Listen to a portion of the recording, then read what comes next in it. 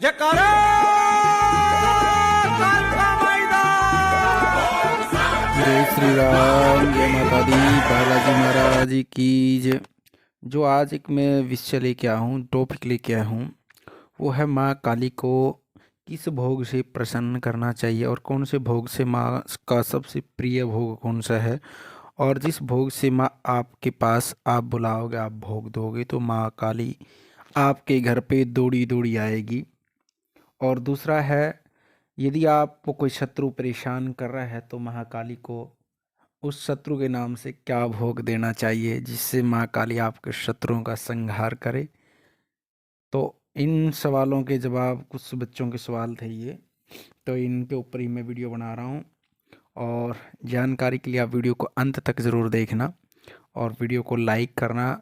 और जिन जिन बच्चों ने चैनल को सब्सक्राइब नहीं किया है, चैनल को आप सब्सक्राइब करना, कि हमारा बालाजी दरबार लगता है। दरबार की जानकारी हो, फिर किसी ने बच्चों ने ऑनलाइन पूछा लेनी हो तो दरबार के व्हाट्सएप नंबर पर संपर्क कर सकता है।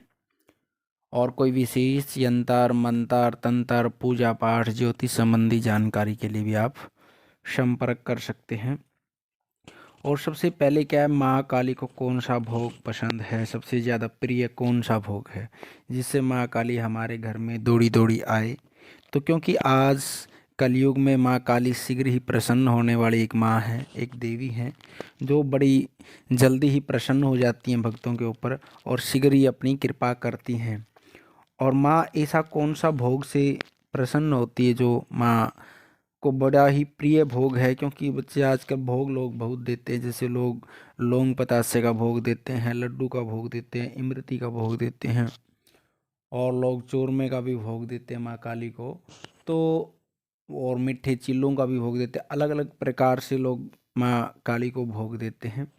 और जो सबसे प्रिय भोग है वो माँ काली को है पान और पेड़े का। जो भोग है वो माँ को सबसे प्रिय भोग है, मीठा पान और पेड़ा।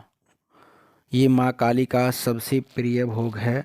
जो बच्चे माँ काली को शीघ्र ही प्रसन्न करना चाहते हैं कि माँ काली हमारे ऊपर शीघ्र ही कृपा करे और हमारे घर में शीघ्र ही जो नकारात्मक चीज़ें हैं या हमारे कोई शत्रु हैं उनका विनाश करे, तो माँ काली की प्रसन्नता के लिए आप माँ काली को, माँ काली का जो दिन होता है शनिवार का दिन और मंगलवार दिन को देते हैं, तो माँ काली को मीठा पान और पेड़े का भोग लगाएं जो माँ काली को शीघ्र प्रसन्न करना चाहते हैं। और दूसरा भोग है माँ काली को जो ही बड़ा, वो भी बड़ा प्रिय है, वो है खीर का भोग।